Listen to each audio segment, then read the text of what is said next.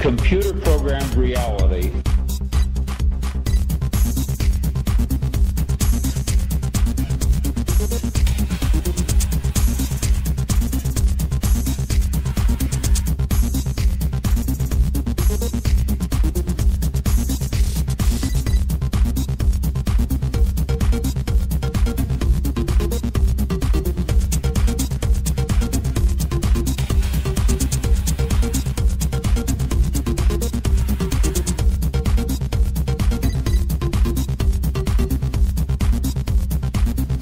We are living in a computer-programmed reality, and the only clue we have to it is when some variable is changed and some alteration in our reality occurs.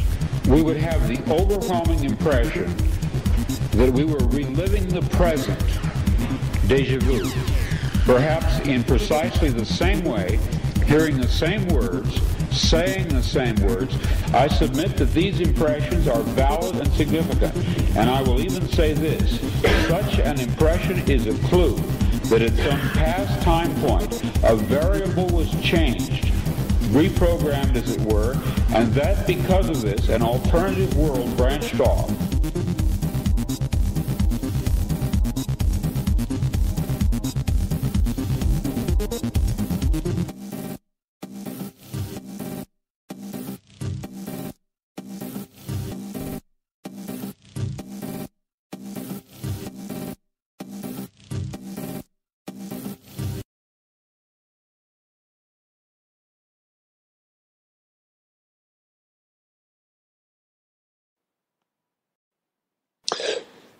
Well, welcome to another edition of the Friday FARcast. I'm Robert Phoenix, broadcasting to you live from Fredericksburg, Texas. What's going on out there, everybody? How's your 420 going? Are you getting your 420 on today? So many creative ways in which it can be done. We'll go over a few of 420 events. One event which I neglected from the serial or the roll call of events that I went over yesterday on 419, which were significant. There's a 420 event we're going to talk about. It's incredibly significant, and that'll happen during the time tunnel. You'll have to wait a little bit in order to find out. Today, of course, across America, our youth who are finding their voice, raising their voices as part of a, you see, somebody just sent me, somebody said they would love to hear me interview. Hold on a second. They would love to hear me interview, who is it? Just grab my attention. Just a little dose of ADD here. Hold on. I would love to hear you interview. What is it? Come on, I hate when these pages take forever to load. Okay. I would love to hear you interview Paul Cruz, and thank you for not using his title. Titles are pompous puffery. We would all probably agree. I do think he'll answer your email with some kind of canned nothing response. For hearing it aired, I don't think he will agree to an interview. So that is from Julie, and so that's it's a timely comment. No, I have not heard back from Paul Cruz.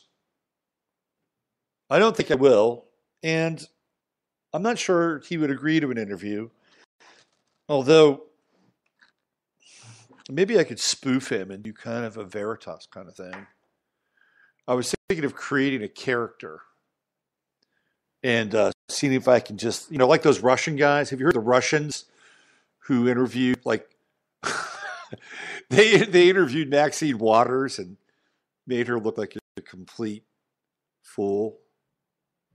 I know I'm not going to touch that one. And then they interviewed Nikki Haley, and they did the same thing. They came up with this fake country called Bonomo, and Nikki Haley just went right along with it.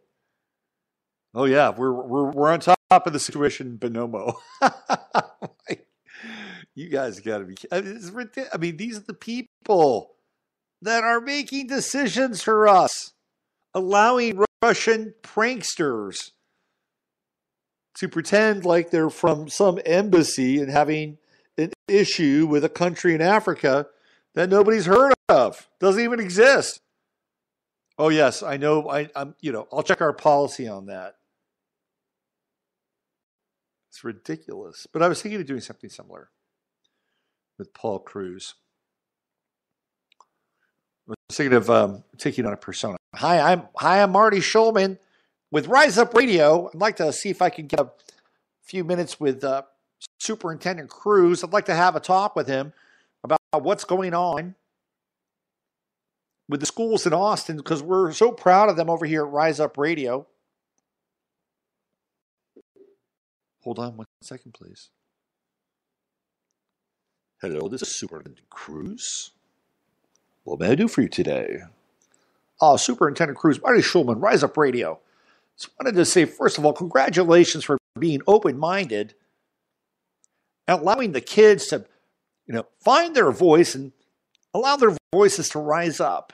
It's a really democratic response and very high-minded action on your part, Superintendent Cruz. Why, thank you. Here in Austin, we actually allow the democratic process to take place.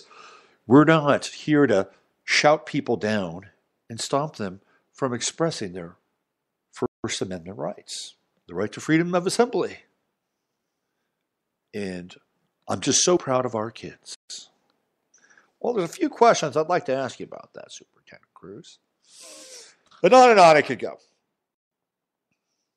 I don't know. What if I did the straight interview? I'm trying to avoid conflict.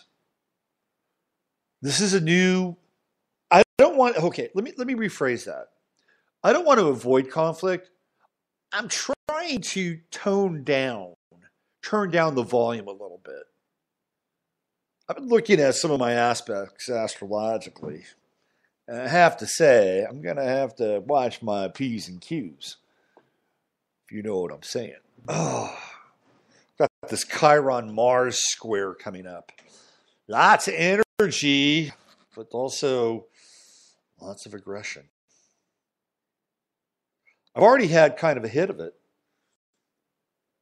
I haven't had so much action and traction on Twitter until I posted to David Hogg's Twitter feed and told him to get he was at this benefit, these Parkland kids have become celebrity activists. I'm sorry, it's true.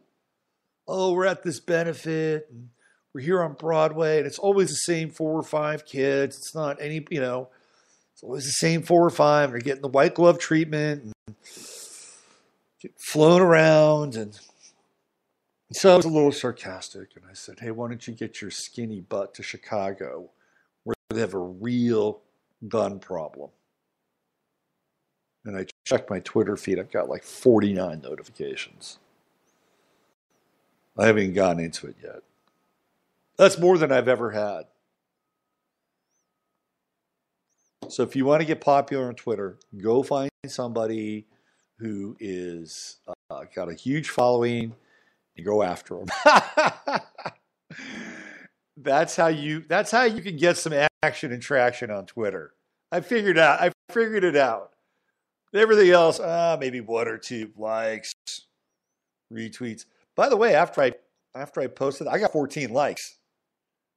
And that was coming off of people who've been following David Hogg's Twitter feed who are not necessarily in the hog farm, if you know what I'm saying. But I need to scale back the aggression. I really do.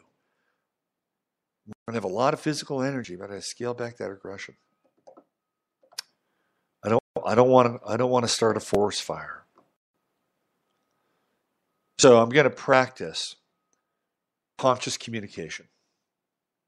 I'm going to immerse myself in the Marshall, Rosenberg method, so that I can actually speak to people in a way that is honoring and non-threatening while not sacrificing my intent and my personal authority. I'll let you know how it goes. No, I'm not going to do that. I won't do it. But I'm going to do my own version of it. It won't be what is it? Compassionate communication, conscious communication. I'll come up with my own. How about cover your ass communication? Cover your ass communication. That would probably sell well in corporate America. I know there's a strain in corporate America where they want to use corporate structure as some kind of launch pad for consciousness. I don't think that's a bad thing per se, by the way. And so you'll get people that are these advocates of Marshall Rosenberg, and I think it's actually a good thing. To be honest with you, I mean, if we treated each other better, especially in the corporate world, I think we'd have a kind of a better place to live. And I'm not being cynical; I'm being totally real about it. But I think that those sorts of things also have to dovetail where people are in their lives. I mean, to get to that point, to really get to that point where you are, building bridges and doing the sorts of things that are creating win-win scenarios, and thou versus I thou. It takes a lot of internal work, and you have to be willing to be rebuffed. You have to be willing to be rebuffed. You have to be willing to, have your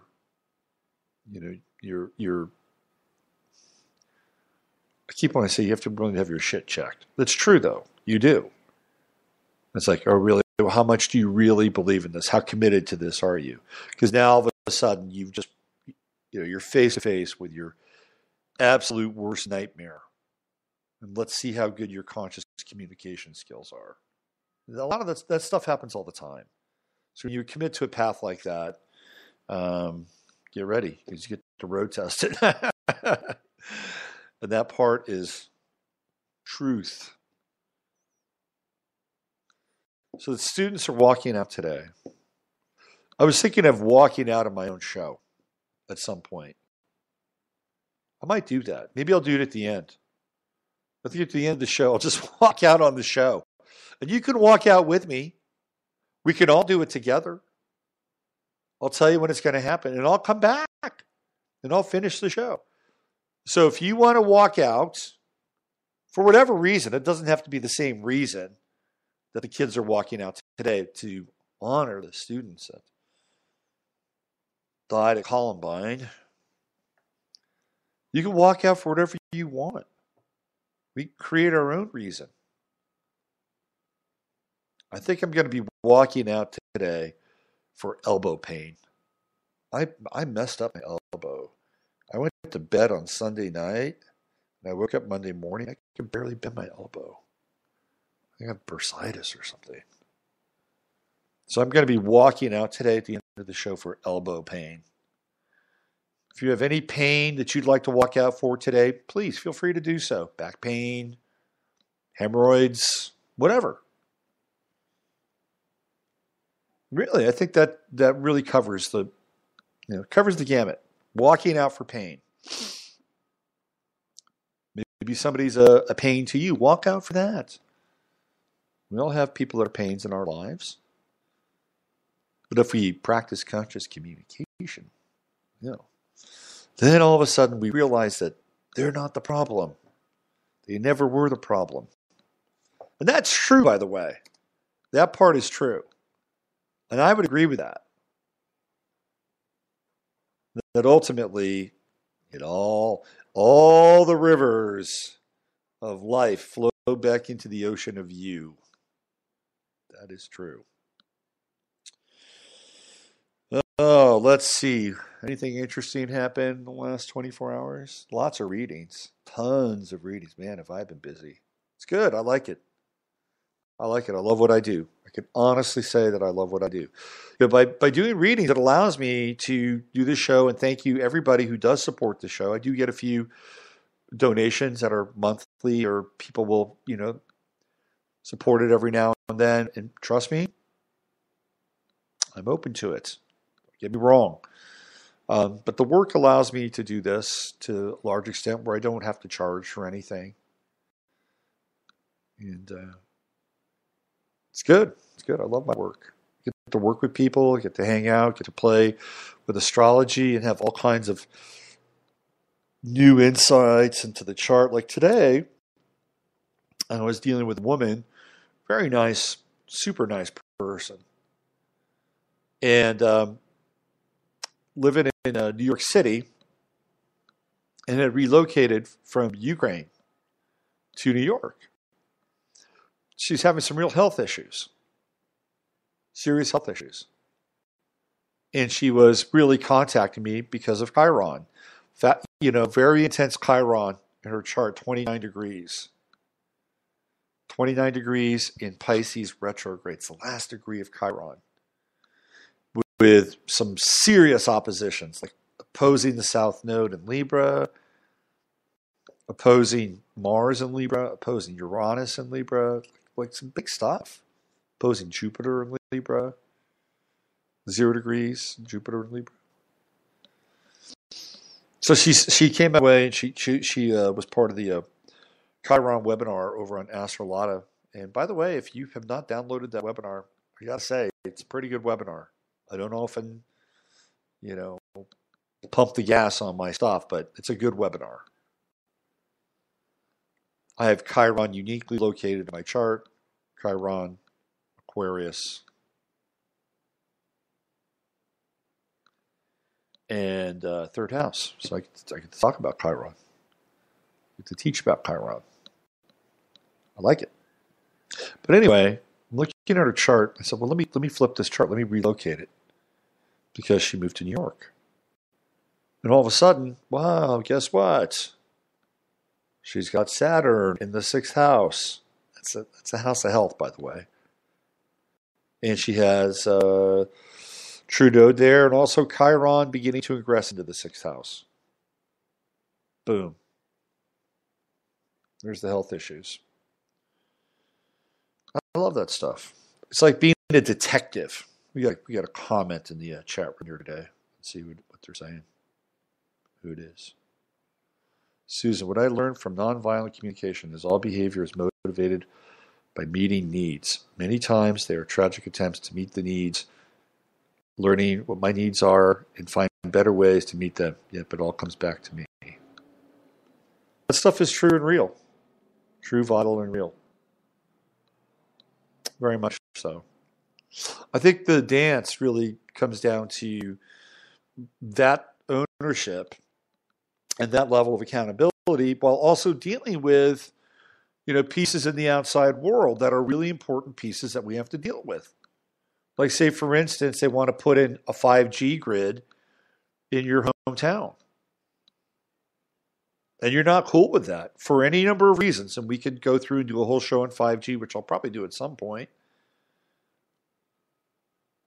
And so there's an outer directive to say, no, we don't want this. Leave the kids alone.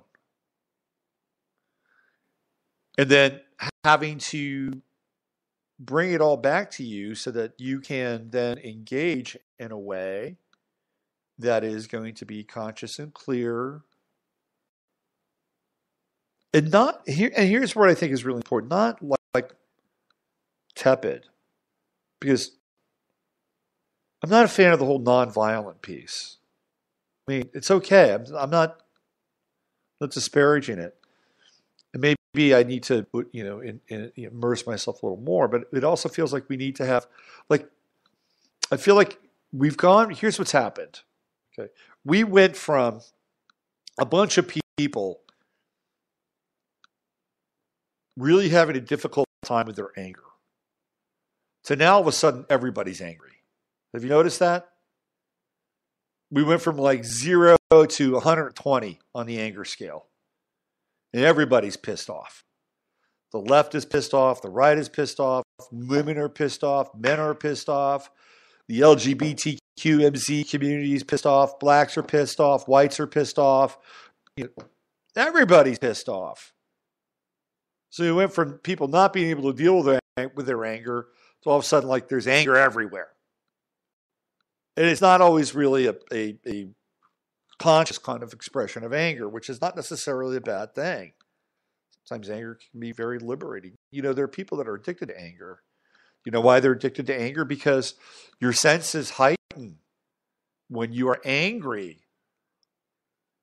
Your eyesight and ear sight becomes more acute, or there's more acuity. I'm sorry, acute is not the right word. There's more acuity with your eyesight and your hearing. Your sight. There's more acuity. You're in a fight or flight mode, and usually you're in fight. There are people who are kind of addicted to anger because it keeps their adrenaline up. And it gives you like fuel to run on in life. And it becomes addictive, by the way. So it's a real dance being able to tap into that. Like say no to something like 5G or smart meters. That could be real righteous anger. You're putting us at risk. You're putting our health at risk. You're putting our children at risk. And there's science to back it up. So I think this is kind of where we're going to have to go. We're going to have to go, to that place. This is maybe where I'm going, where we have to bring it back home, figure out what we're saying, how we're saying it, so that we can redirect it back out to the outer world and still make a difference and still make a change. Andrew Harvey was kind of all over this about 6 or 7 years ago. I remember he was one of my first interviews. And actually, he would call it sacred activism. And Andrew Harvey was a guy who was kind of a rebel, kind of a new age rebel in his own way. It's a great interview. If you ever want to check it out, go to my YouTube channel and look at my interview with Andrew Harvey. We cover a lot of these principles. And ironically, it does tie into today's event in the time tunnel, which I will circle back and talk about later. Okay, so just remember, we're going to walk out of my show today. I'll tell you when. I'm coming back. You may not have to. But in the final 10 minutes of my show, I'm going to walk out. I'm going to walk out of my apartment, and I'm going to protest. I'm going to protest my elbow pain. Today, we're going to get into biometrics and scanning and a few other really pertinent details where all this is headed. Now, a couple days ago, I had a really great interview with Heather Eland, and she's got that interview up on her YouTube page. I think I'm going to mirror it and put it on my YouTube page and put it on my website. We get into Uranus and Taurus. One of the things that I talked about, and there are some people who just don't like to hear this stuff because it's just too dark and too depressing and too paranoid, is the fact that we're going to have to deal with new kind of levels of security, right? Security, because Taurus represents security. Our metals, our precious goods, our homes, our money. By the way, I think the government is going to hit Wells Fargo with a $1 billion fine. You may want to file that away. If you are a Wells Fargo person, you may want to file that away. Pretty sure it is going to happen. And I wonder if Wells Fargo could sustain a $1 billion fine for what they were doing and basically falsifying all kinds of accounts and fudging their numbers and making it look like there were more people actually having money in Wells Fargo than there were. It was really interesting when I got to a Wells Fargo account. I bank there. I don't really bank there. I have a credit card through Wells Fargo. But when I started off there, they made me, when I got a checking account, they made me get a savings account. And I thought, well, why is this happening? I don't really want a savings account. I really just want a checking account. And they would always funnel money off into my savings account each month, and it almost felt like, and I actually questioned the branch manager. So why are you doing this? Are you trying to create like two different accounts here? And I'm not saying that practice led to whatever happened with Wells Fargo, but it definitely raised. I mean, maybe all banks do this. I don't know. I have my bank is actually in California. So, but they never required me to have a savings account when I opened that account. Interesting. Anyway. But the biometric piece is going to be part of this Uranus and Taurus exercise. Because Taurus represents security. Remember, it is the second house in the chart. When we deal with the second house, we're dealing with measures of security. Keeping things safe. All those assets, all those really important things. And by and large, Taurus is a pretty conservative sign, right? Pretty conservative.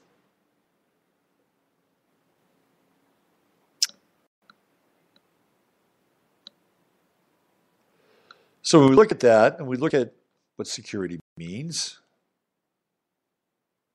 on a number of different levels, you get your bank account, you get your home, you get your body.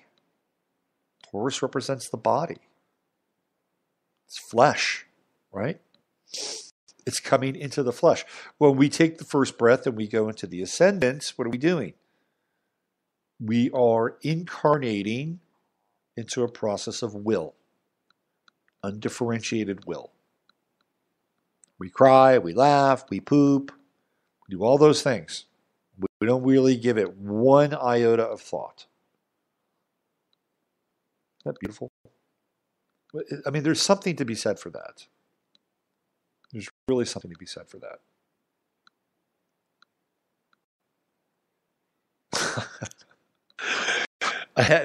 I'm just thinking of this time when I was kind of hanging out with this dubious shaman for a while. It was this group of people in Northern California. Just for a brief period of time. Because I saw what was going on, and I pulled the ripcord on this thing. But I'd sit down and have conversations with this dude. He was older. The weird thing was he had no third eye. His third eye was burnt out. And he was blind in one eye and had partial sight in another. But he had, studied with Maria Sabina and Salvador Roquette, and I thought, well, this guy's got some real psychedelic credentials. He must be the real deal. So one day he told me, he said, do you know what I did one day, Robert? I said, no, what? He said, one day I was lying in the bathtub. He was like, I'm thinking one day it was like probably not too long before we had this conversation. Because he was telling me, it didn't happen that long before that. I was lying in the bathtub. And I just decided to pee in the tub like a child. I'm like, oh, okay. Because I just wanted to feel what it was like to be back in that place again where I didn't really have to think about anything. I'm like, okay. All right. That's not an uncommon practice for men in the shower, by the way. If you ladies don't know that, it's not an uncommon practice for the men in your life. Maybe you do know it, but you don't want to know it. But the bathtub is a whole different thing. So what he was doing is getting back into his first house. I guess maybe the next closest thing you could do is just walk around with a adult diaper. And not give a shit for a day. I mean, if you really wanted to reanimate the first house, that might be a fun exercise. We could have first house day. Right? Where everybody just gets totally do whatever they want. Right? Without any kind of repercussions. Absolve yourself of all responsibility and all accountability. Bodily function, speech, thought, whatever. First house day. I think they made a series of movies about that. It's called The Purge. Maybe. Could be. Kind of close. But anyway, we get to the second house, and guess what? We now have to be accountable for those things. We've got to, say, oh, I can't do this. I've got to go find a bathroom somewhere. It's one of the first things we do. And there's a process of differentiation that occurs. That is the second house. All of a sudden, boys and girls, you're on planet Earth. And you're aware of your surroundings. And there are repercussions for not being able to keep your shit together, for lack of a better term. And it's true. And that gets right into the second house. There's a lot of fear associated with the second house as well, because it is the root chakra. We're going to face our fears with this Uranus and Taurus piece. What would happen if everything was eradicated and goes to zero? You know, and this gets to a QAnon post, which was sent to me last night. And the QAnon post was, well, you know, so it was here was the gist. So the bad guys that we would associate with the internet are the usual suspects, right? Google, YouTube, Facebook, Twitter, the big four. Right? That's the axis of evil. But this QAnon post was, well, the real big players behind everything are Oracle, Intel. Like, these are the major gods of the internet. And then the Googles and YouTubes and all the other players are just gatekeepers, really. And so the QAnon post was, well, what would happen if the internet went away? And I mean, gone. Like, everything eradicated from the internet. Think about that for a second. Think about the impact that would have on everybody. I mean, I don't even know if I could spend the next 12 hours and we could crawl down that rabbit hole and look at all the different aspects, from paying your bills to your precious website, to all your pictures, to your pipeline to Amazon, you know, your porn fix, whatever. They would be gone.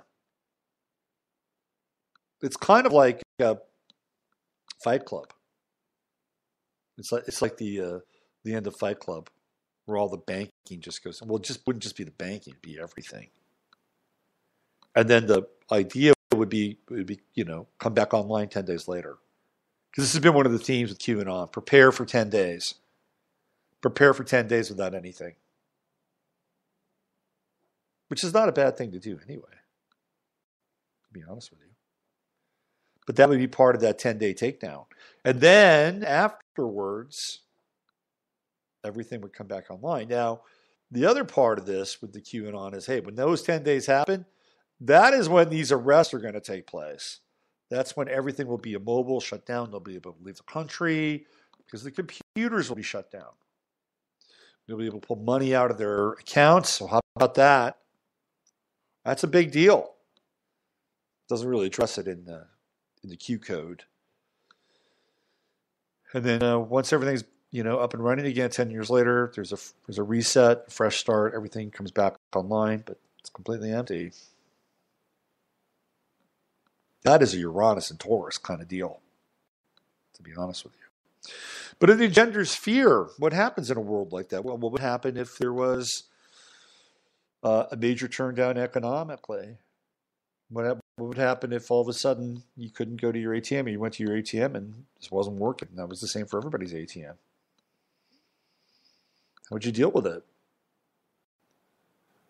What kind of reaction would you have? That's, again, very much a Taurus second house kind of experience.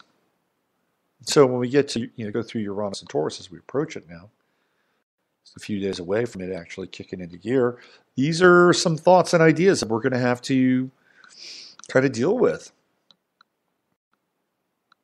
So pursuant to that, let's just say that the game keeps going the way it's going at this point in time, and there is no 10 days down. There is no internet shutdown and blackout and reset. But there is a version of this. And the version would be some kind of monetary action or some kind of monetary break, crash in the economy or whatever that is, right? Then we'd have to come up with a new system or systems that are already being worked on and in play. And I'm going to talk about some of those systems right now because some of them are, they're kind of Orwellian, 1984-ish. You just kind of need to know what's going on. Okay, doesn't always mean it's going to happen, but this is where things are headed. So the first story I want to bring to your attention around this subject is about biometrics at airports. And we've been hearing about this for a while now because there's a whole new level of security that can be very profitable for people that are making the technology to implement in public places like airports, which would be probably the first place it would go. So this is from a website called Find Biometrics, Global Identity Management. So this is a website that is actually supporting biometric networks and infrastructure. Okay. So here's the story, and it's posted today. Orlando Airport aims to become first to fully implement biometric entry and exit. In a statement, MCO officials framed the move as one that will improve efficiency and traveler experience, asserting that its biometric initiative with British Airways reduced passenger processing to just 15 minutes per traveler. It's always about either convenience or security, right? The Orlando International Airport, MCO, is aiming to become the first in the country to fully deploy the U.S. Customs and Border Protection Agency's biometric entry and exit program, with the Greater Orlando Aviation Authority Board having voted to approve $4 million in funding for the effort.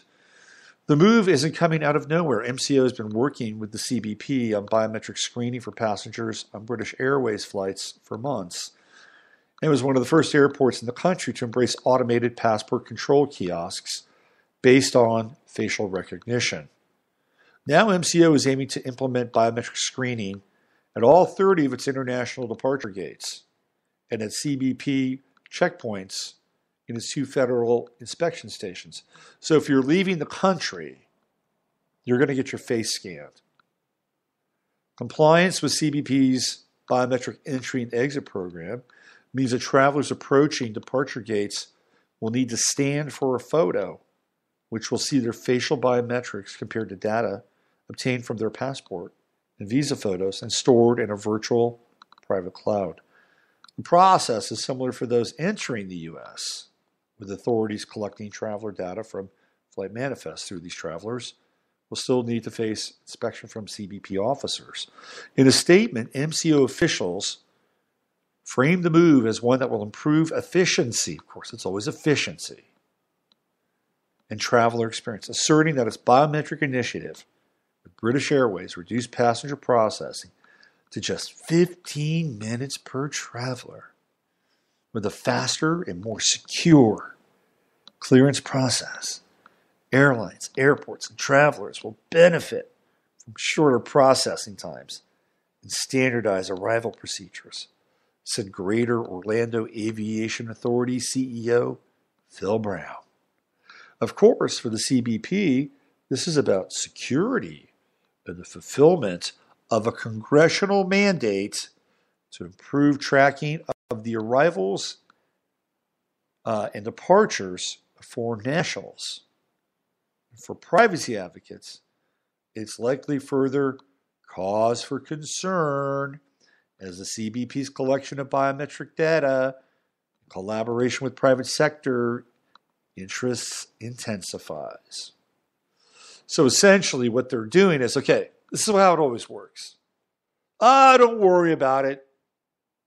If you live in the United States, you're traveling abroad, you come back, don't worry about it. It's really all those undesirable people that we're really trying to keep an eye on, have a handle on, and track them. So it's always where it starts. It's always the other. And slowly but surely, begins to get walked back. So now when you're leaving and you're going to a foreign country, because it's going to be in all international gates, guess what? You're going to have to go through that process. Whether you're from here or from Djibouti, you're going to have to go through that process. And you have to go through coming back because it's being implemented in many cases in the EU. Clearly it's being implemented by British Airways. And they do stuff in the EU always before, because they're unfortunately, our friends over there have been so conditioned to just take it. It's unfortunate. And then it ultimately trickles back here. So this is the first rollout of this program, and then the next rollout will be, guess what? Domestic flights. You'll get all the kinks out. First it's okay. We're gonna walk this thing back slow. We're gonna start out here. We're gonna tell people it's for security, and it's not going to impact them. And then once we've got those systems down, we're gonna flip it. We're gonna roll it back. So anybody leaving the country, whether you're an American or not, are going to go through this process. And once people are indoctrinated and the technology is worked out, they'll flip the switch and it'll be domestic flights. So this is something to keep an eye on. Now, some of you out there may say, I don't give a shit. I have nothing to hide. You may be of the mindset, well, they're tracking you anyway from start to finish wherever you go, which is kind of true. It's kind of true, although there is still some level of anonymity.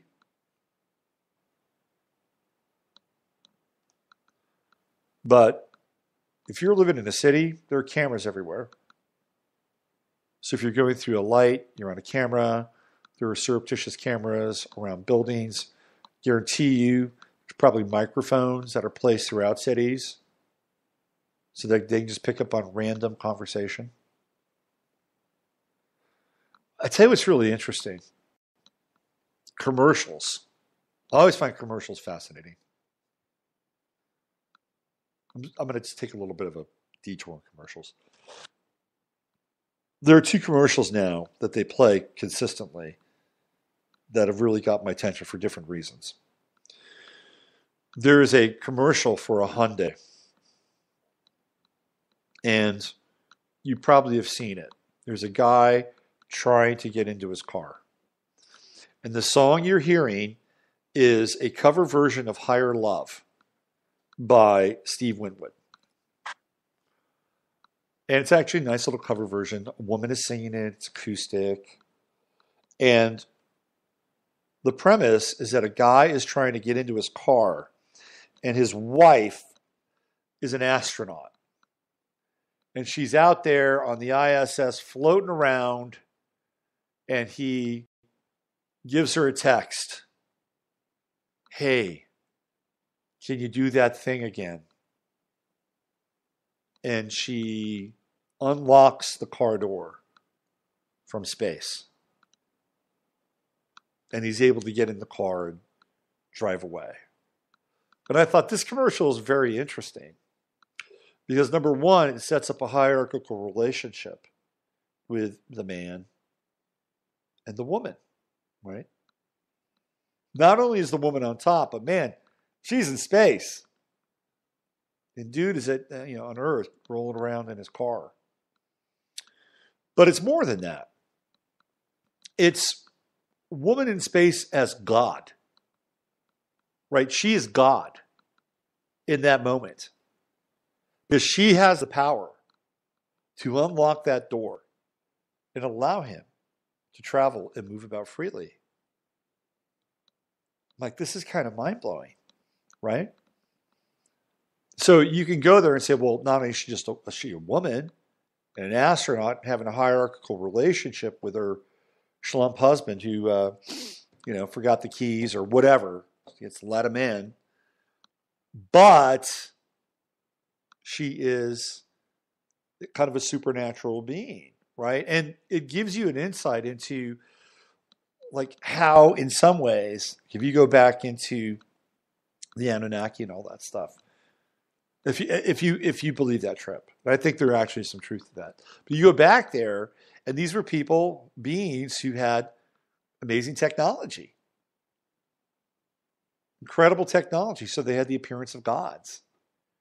So it's almost like this reanimation of this kind of, Anunnaki experience. Okay, I'm up here, I'm in heaven, and I'm going to unlock your door. And it's really just a technological kind of function. It's a fascinating commercial. Higher love, right? I mean, just check it out. And then Doofus drives on down the road. The other commercial that is really interesting and very, very clever is a Hanes underwear commercial. And it starts off with these two guys. They're on their couch and they're watching TV. And there's an athlete talking about the breathability of his Hanes underwear. And then the two guys are out on the couch are having a conversation about the commercial and the breathability. And it lasts a very brief period of time. Meanwhile, there are two guys who are looking at the inside of the house, thinking about breaking in. And they're having a dialogue about the dialogue that the guys are having on the couch and the underwear. Then there are two guys in a van who are listening in on the two guys that are breaking in. And then they have a dialogue about that, and about the underwear. And then I think there are two more, and eventually it goes into this like deep underground bunker or lab or facility where they're listening to everybody. I'm like, this is a freaking mind-blowing commercial. I mean, whoever thought of this commercial was pretty genius, to be honest with you. And that's a total hidden in plain sight kind of deal. Anyway, you may want to just keep your eyes open for those two commercials.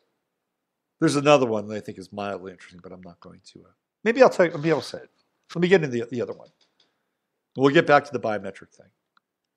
There's another commercial where I believe it's Liberty Insurance or State Farm. It's one of the insurance commercials, which for the most part are some of the most inane commercials on TV, although Geico kind of gets it right every now and then.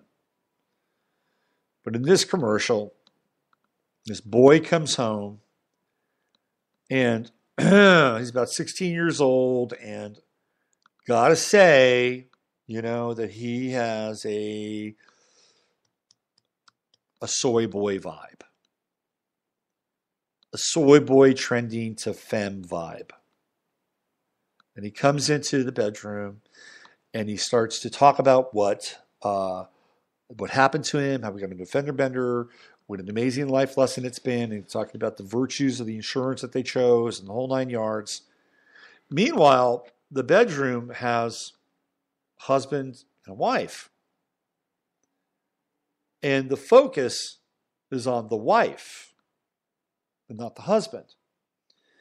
So after he is trying to kind of worm his way out of this accident by extolling the virtues of the experience and their insurance company, the wife/mother says, no use of the vehicle for the next 4 weeks. He says, okay, thank you very much, and that's it, right? But what's interesting is that it is the mother/wife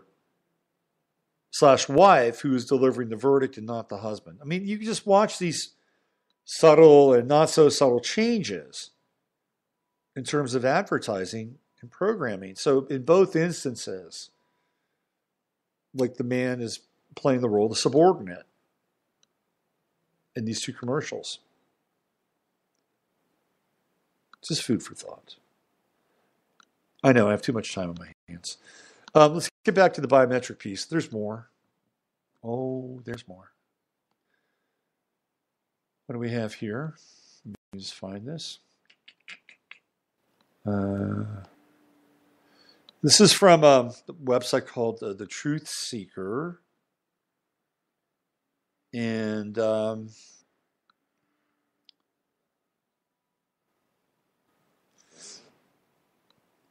The story is grabbed from Skywatch Editor. Came out in February of 2018 and was repeated a couple days ago. Oh, and this also comes from, how about that? Virginia Hale on Breitbart, April 17th. So it's kind of the latest version. And the story is compulsory biometric ID announced by European Commission. I'm going to read it to you. The European Commission has announced plans to make biometric ID cards compulsory across the bloc, BLOC, which will allow authorities to bar terrorists and criminals from accessing money and other services. We all know it would get to this point, right? We knew it. Plans to introduce mandatory ID cards across all 28 EU member states, including Britain. Your little Brexit thing is not going so well, Britain. They're roping you in here. Have been in development for more than 2 years, longer than that, in Brussels as part of the Commission's goal of building an effective security nation. This is reported by the newspaper Die Welt. Die Welt. Let's see. Set to be equipped with data, including the holder's fingerprint. The cards would be designed to tackle identity fraud and make it harder to falsify documents, according to Migration, Home Affairs, Citizenship Commissioner Dimitris Avramopoulos. We have to tighten the screws until there is no room left for terrorists or criminals. No means more for them, and no more means for them to carry out attacks, he told the German newspaper on Monday. There's only one problem with this, is that they're going to carry out attacks. And that ultimately, the biometric ID card will be ruled to be not secure enough. This means that they must be barred from accessing money, counterfeit documents, weapons, explosives, at the same time prevented from being able to cross our borders undetected. Anytime they want to arm people, anytime they want to fund people, anytime they want to move people around, trust me, it can, has been, and will be done. Speaking in Brussels last month, the Greek commissioner declared that Europeans will continue to be massacred in terror attacks on their own soil for years to come. How about that for an admission? If you heard that, how would you like to have that as your future? Brussels cannot erect physical barriers to protect your public squares. The commission cannot tell you how to protect stadiums and concert halls, he stated, before assuring mayors from across Europe that EU funds will be made available for the task of redesigning and reinforcing structures to be more resilient in the face of terror attacks. So they're just saying it's a given. In December, Avramopoulos, who has denied there is any connection between terror attacks in Europe and mass migration, talk about cognitive dissonance, wow, and claims that the biggest threat to the continent is the rise of populism, nationalism, and xenophobia. Well, maybe, just maybe, these people are pissed off that all of a sudden they're being flooded with a bunch of people who have nothing in common with their culture, have no real means of integration, have no desire to be integrated. You would think that closet nationalists or closet populists might all of a sudden realize that this is probably not such a great thing we're involved with. So maybe we should rethink this. Well, it's too late now, because now they're the threat. You see, populism, nationalism, they're the threat. Let's just completely take away any and all evidence. No-go zones, the rise of rapes, London's banning knives because people are using knives. These gangs are using knives. No, let's just completely eradicate that part of the entire process.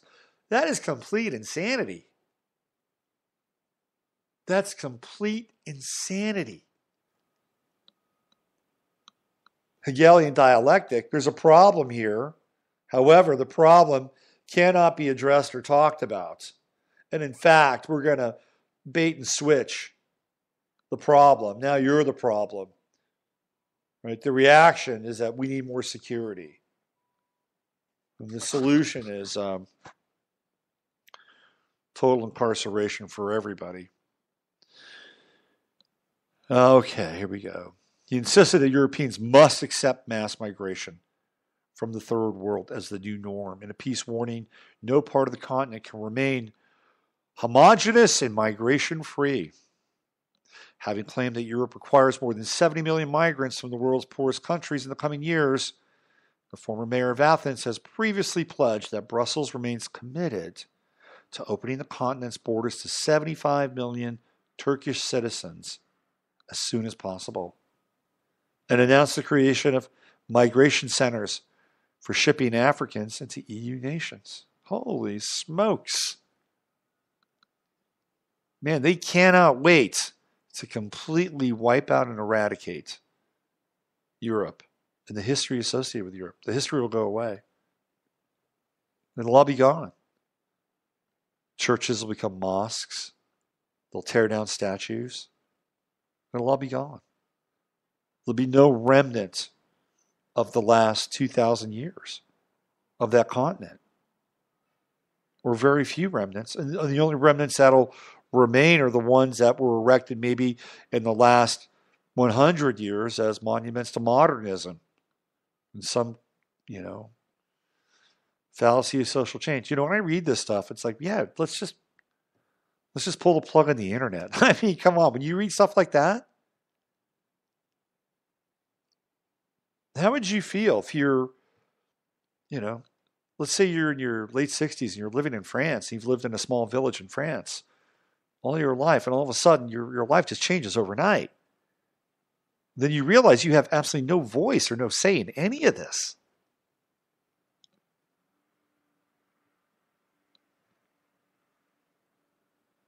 Just sit back and take it. That's what they're saying. So the biometric identification plays a role in being able to track and the terrorists, by the way, at some point will become, the populace or the nationalists. They'll just flip that script. So Europe is working on a biometric identification card. Everything starts in Europe, and it comes to the States at some point in time. Just keep that in mind. And there's more. Oh, yes, there's more.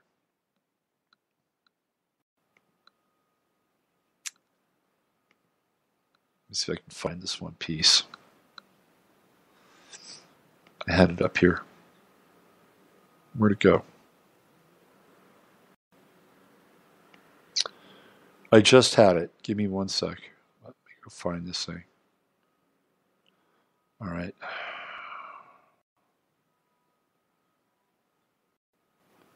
Just had it up here. Okay. This has to do with, it's this one. It's the same one. Okay.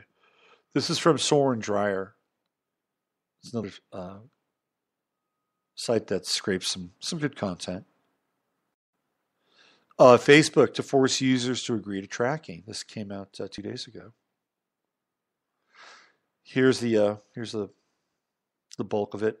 Facebook has finally responded to suggestions that can be forced to stop tracking people for advertising purposes. The company won't. It said instead it will ask all of its users to explicitly opt in to having themselves tracked so they can keep using Facebook.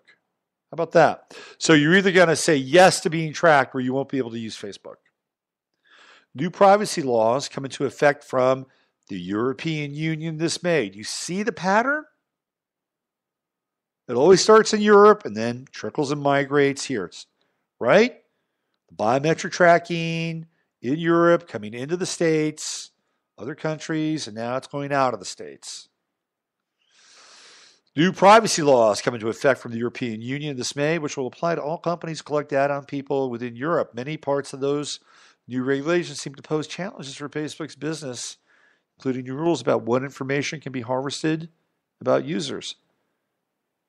The company said that it will now give people the chance to opt into targeted marketing and having their data collected for ads. If they don't want to do that, they will be able to turn some of the settings off, but the site has made very clear that it will not apply to all of them. The EU law known as the General Data Protection Regulation, or the GDPR, which takes effect next month, promises the biggest shakeup in online privacy since the birth of the internet. Companies face fines if they collect or use personal information without permission. Well, that's interesting.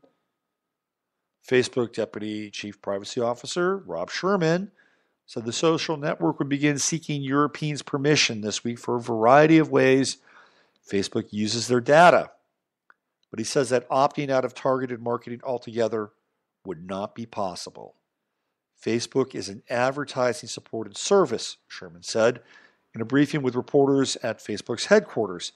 Facebook users will be able to limit the kinds of data that advertisers use to target their pitches, he added, but all ads on Facebook are targeted to some extent. And that's true for offline advertising as well. That means they take your data and they sell it to offline advertisers to appeal to you. Facebook, the world's largest social media network, will use what are known as permission screens, pages filled with text that require pressing a button to advance to notify and obtain approval. The screens will show up on the Facebook website and smartphone app in Europe this week and globally in the coming months. The screens will not give Facebook users the option to hit decline. Instead, they will guide users to either accept and continue or manage data setting according to copies the company showed reporters on Tuesday. So you're still going to get data. And you're still going to give up your data. And if you want to, I think, probably have a fully functioning relationship with Facebook with all the bells and whistles, you're probably going to have to opt in. And that's just the bottom line. You're either in or you're out. And I think Facebook is gambling on more people being in than out. Got a little comment here in the chat room. Let's see what we got. Native Americans have experienced this. Yes. Anger is an unhealthy liver. It's true. Lynn has a point there. But I don't think anger is necessarily a bad thing. It's something we have to address and deal with in our lives. So I'm just giving you some ideas as to what's coming down here in terms of putting these pieces together and also allowing you to see how these systems start in one area, they look like one thing, and then they begin to migrate towards this part of the world, this part of the universe. Let's see. You want to know what the liberals have up their sleeve for 2022? You know what their talking points are? A secret list of donors was revealed. So here's what we got for 2022. Not that far away.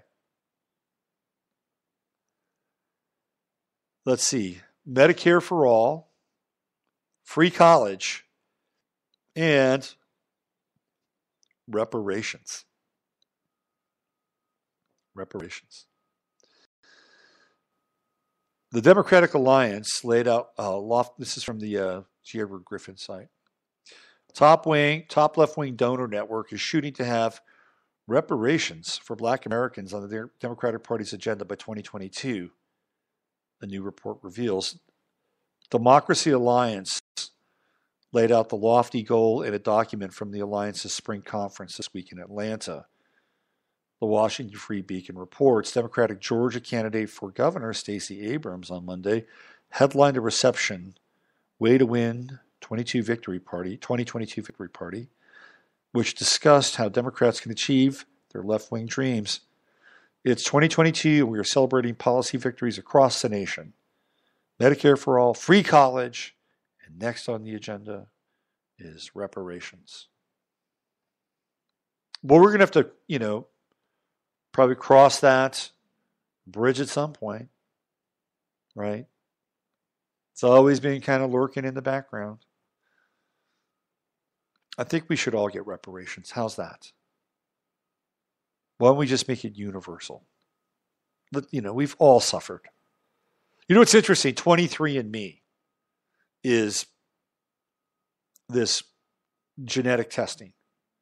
And the whole idea behind 23andMe, besides being able to, figure out who your ancestors were and if you have some kind of weird traits in your DNA, it's this interesting kind of meme that shows up and basically says, hey, you may be this person, but you got all this other stuff inside of you. So you're really not just that person. Oh, great. Okay, I get it. We're a rainbow of possibility at a genetic level. But that's not always true. That is not always true. On the surface, it sounds true, but it's not always true. And I can give you an example. It's my mother. Okay? My mother has two very significant strains, European strains, in her family, in her bloodlines. And one is Dutch. And big time Dutch, like coming to the United States in the 1600s Dutch, Long Island. In fact, that house, the Amityville Horror House, you know that movie? Somebody in my mother's distant past owned that house. That actually explains something about me on some weird level. So I'm just giving you an idea, an example of like how Dutch my mother is. Well, she took that test, and she showed up as only like one predominant strain and a tiny little bit of something else. And her strain was English. English, right? English, Irish, whatever, that was the strain. And she had a smidge of Iberian. But nowhere in there did any of the Dutch stuff show up. And I thought, that's really interesting. Like, father is Dutch. I mean, he goes all the way back, right? No Dutch. And the reason for that is not everybody's DNA is triggered that way. She didn't get, the Dutch genes were not triggered for whatever reason. They weren't switched on. So, we're, rainbow possibility inside of ourselves, but that's not always the case. But if it is the case, the majority of the time, then we're all one, then, maybe we should really think about either not having reparations or everybody gets reparations. I'm just looking at a big universalist way, right? I don't want to have kind of a very small universal way of looking at things. But these are the things that are coming. They're happening. They're on their way. Whether or not they actually pass or become manifest, well, we'll see. We'll see. One of the things that we do know is that the electorate is getting older. And at some point, whether it's 10 years from now, 15 years from now, or 30 years from now, there's going to be a whole different group of people that are going to be basically running this country and running this world. And whatever kinds of values that, we'd like to superimpose or hand down or have some degree of continuity, I mean, I'm just not sure that they're going to continue to be propagated and reincarnated. And that's the truth. That is the truth. I mean, just look at what happened during the 1920s and the kind of world that the people in the 1920s were involved in. And their values and all the things that were associated with the 20s. And look where we're now. It's not even remotely close. And, what was that? It was 87 years ago, right? 97 years ago. Well, 100 years ago. 100 years from now, it's not going to be really all that all that's recognizable. It's going to be a very different place. Now, we won't be talking about it unless, of course, they come up with some very interesting tools to extend our lives. And I'm not even sure if I want to live another 100 years. I mean, I wouldn't mind living to maybe 125, and a healthy 125. Give me the next 30 years with really good health, 40 years of really good health, so I can figure out all the stupid fucking mistakes I made in this lifetime and work on them and make them better. So the next 40 years could actually be the life that would be really, really, really cool. And have it all ironed out. Not perfect, but mostly ironed out. That I would be up for. And then, I could be on the other side of that, move out.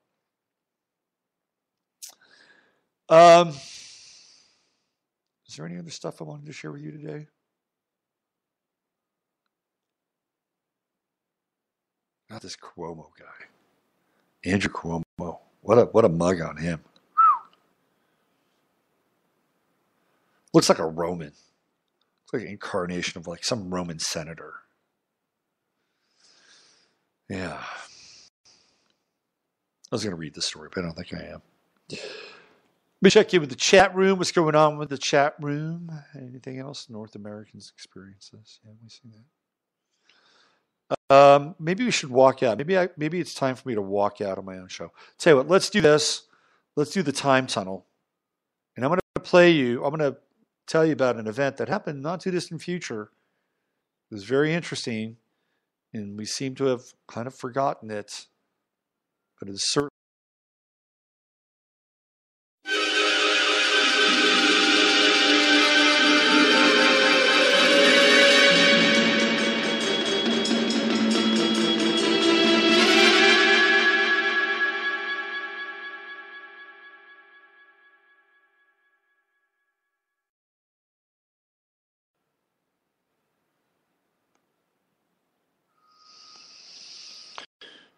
Well, today's April 20th,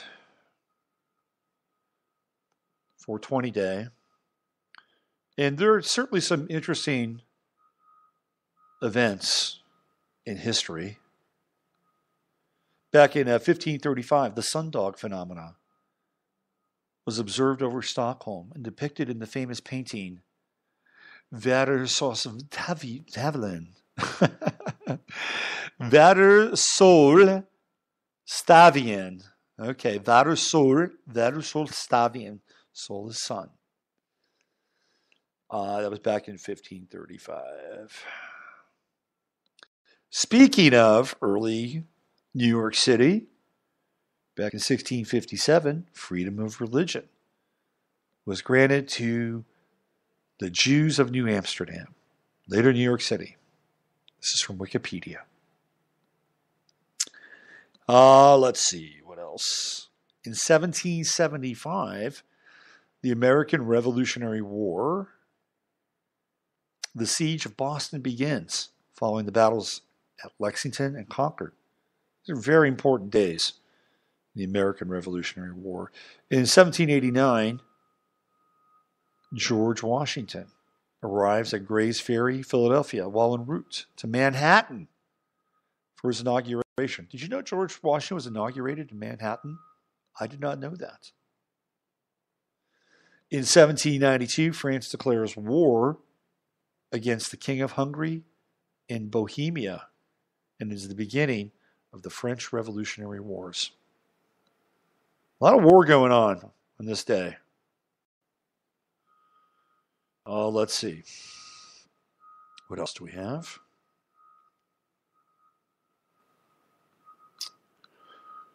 Back in 1865, astronomer Angelo Secchi demonstrates the Secchi disk, which measures water clarity aboard Pope Pius IX's yacht, the Immaculate Conception. Okay, that's just weird. Okay, this guy's an astronomer, and the Pope had a yacht called the Immaculate Conception.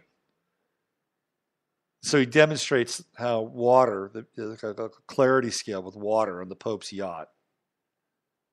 That is bizarre. Let's see what else we have here. Back in 1896, William McKinley signed a joint resolution to Congress for declaration of war against Spain, beginning the Spanish-American War. For all you seam heads out there, it was opening day for baseball's Tiger Stadium and Fenway Park, 1912. So on this day, in 1912, Tiger Stadium no longer there. Fenway Park still there. Opened its turnstiles for the very first time. On this day, 1916, just 4 years later, the Chicago Cubs played their first game at Weigman Park, which is now known as Wrigley Field. In 1918, Manfred von Richthofen, a.k.a. the Red Baron, shot down his 79th and 80th victims, his final victories before his death the following day. How about that? So tomorrow is the day that the Red Baron died. Let's see. In World War II, 1945, U.S. troops captured Leipzig, only to later cede the city to the Soviet Union. That says it all right there.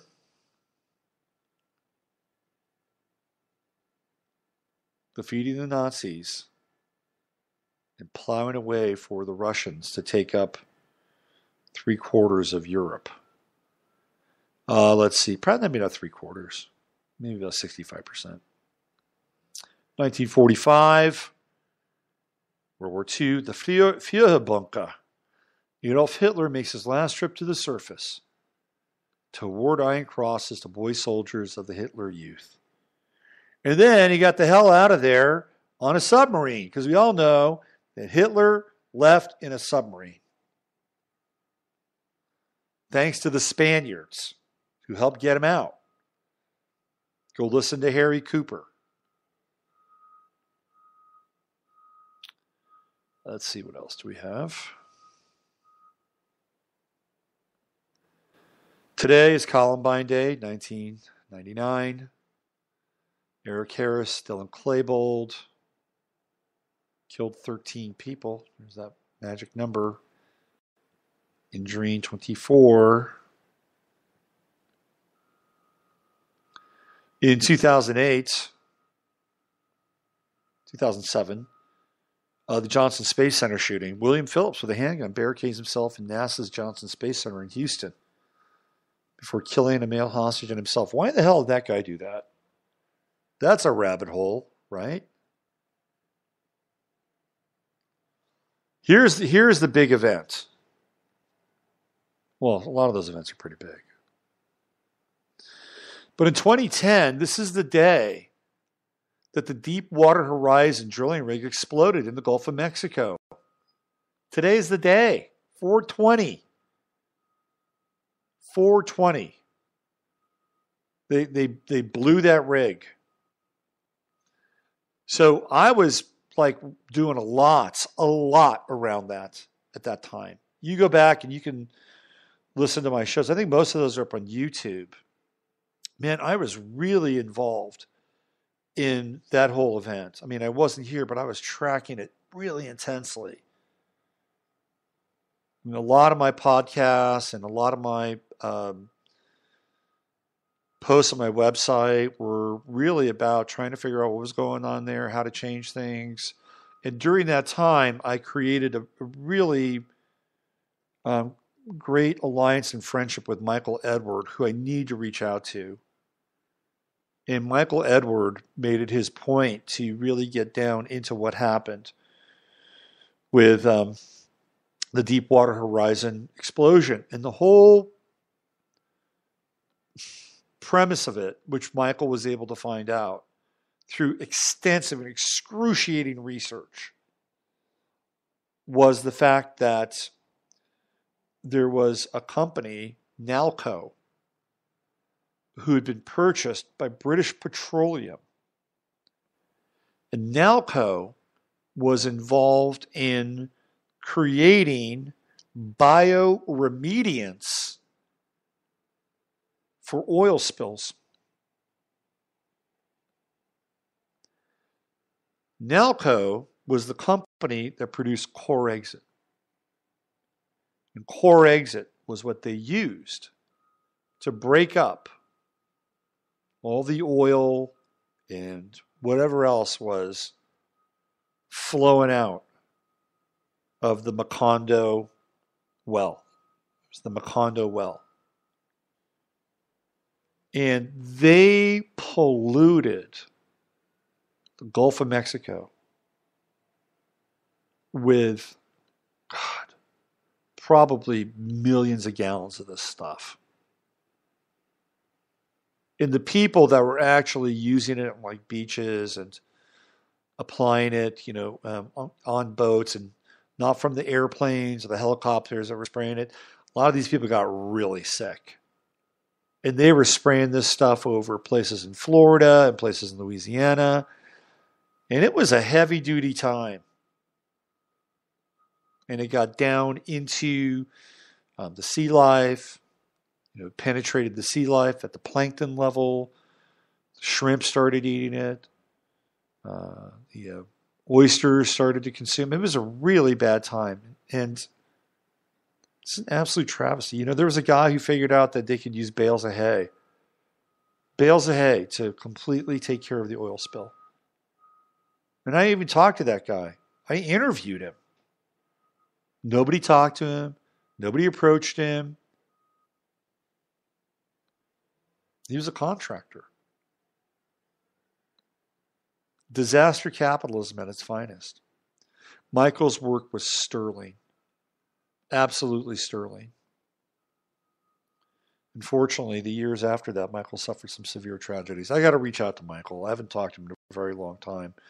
One of the best people you'll ever meet, Michael Edward. This is a guy that, and he's not private about his past. He was basically Delta Force.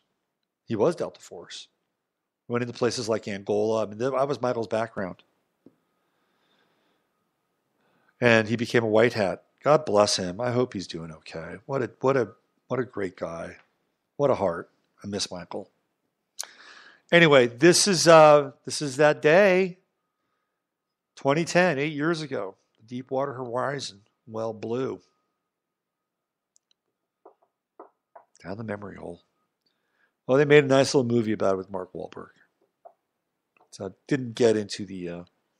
remember when Obama went to the beach? It was almost as bad as when he went to Flint to drink the water.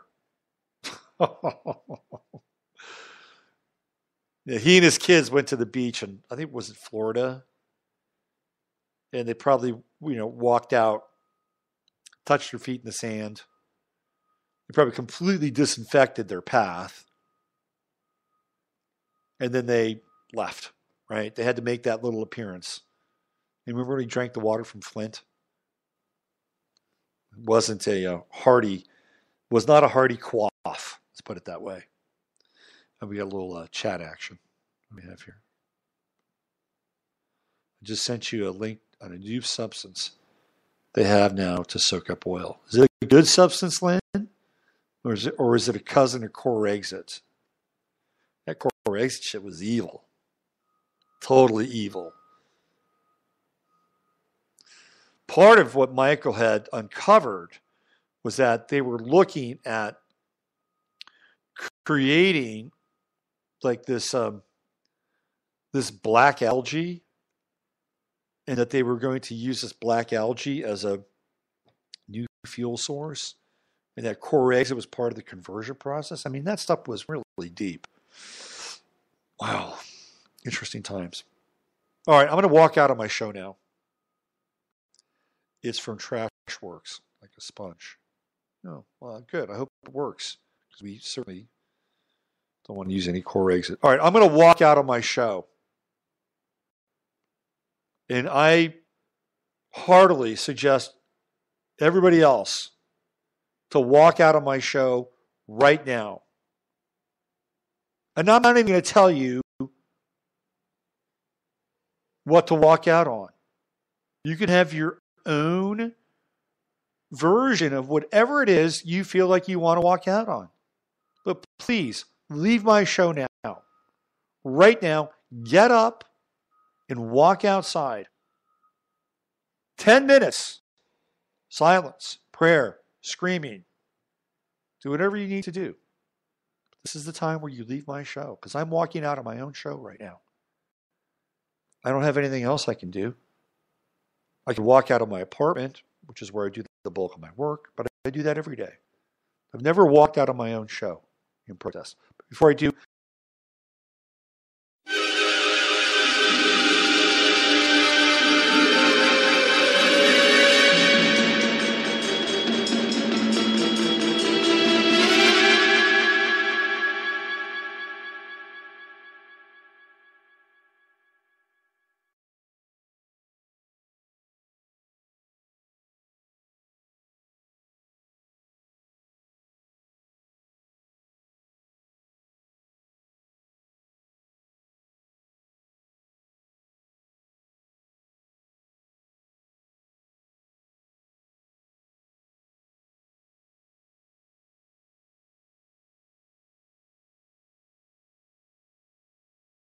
nice boys and girls who didn't walk out in their little moment of silence.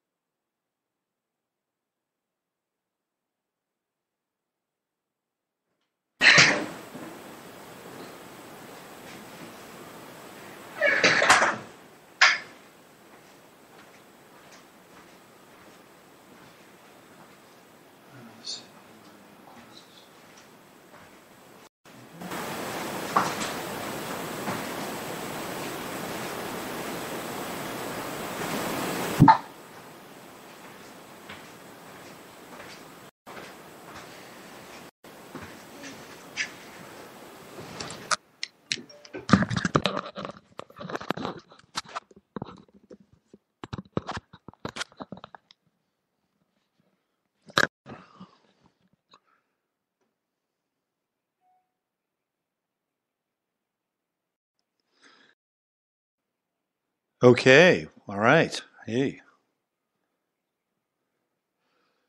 All right. I'm back from my ceremonial walkout. And I have to say, I feel so much better. I feel like I've cleansed my spirits. I don't know where you went when you walked out on my show, but guess where I went? I went to the school across the street. So the kids in 420 walked out of their school, and today I walked onto a school. It's, kind of a quirky little reversal thing. Quirky little reversal energy thing. That's what I did. Anyway. All right. Hey, thank you for listening and being a part of today's show. I know a lot of you just sort of left, but that's okay. I'll be back on Sunday nights with 11th house, and we'll get into some astrology. There's a lot happening astrologically. Boy, oh boy. And with that, the little mantra we got going on here. Use your head to discern what's real. Your heart to stay open to what's possible. I'm Robert Phoenix.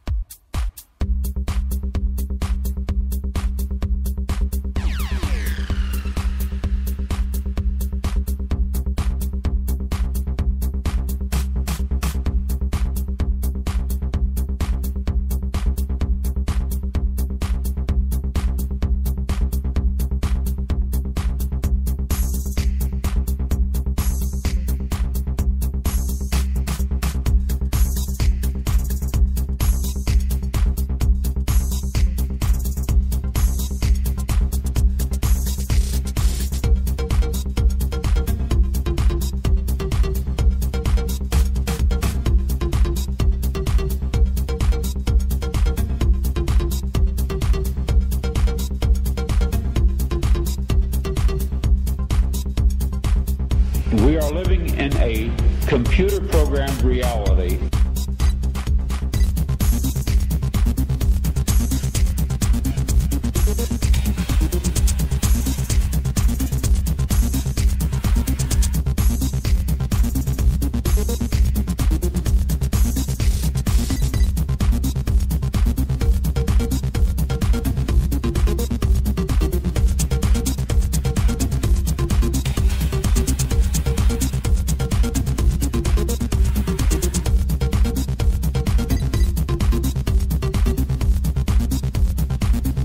We are living in a computer-programmed reality, and the only clue we have to it is when some variable is changed and some alteration in our reality occurs. We would have the overwhelming impression that we were reliving the present, déjà vu, perhaps in precisely the same way, hearing the same words, saying the same words. I submit that these impressions are valid and significant, and I will even say this: such an impression is a clue that at some past time point a variable was changed, reprogrammed as it were, and that because of this an alternative world branched off.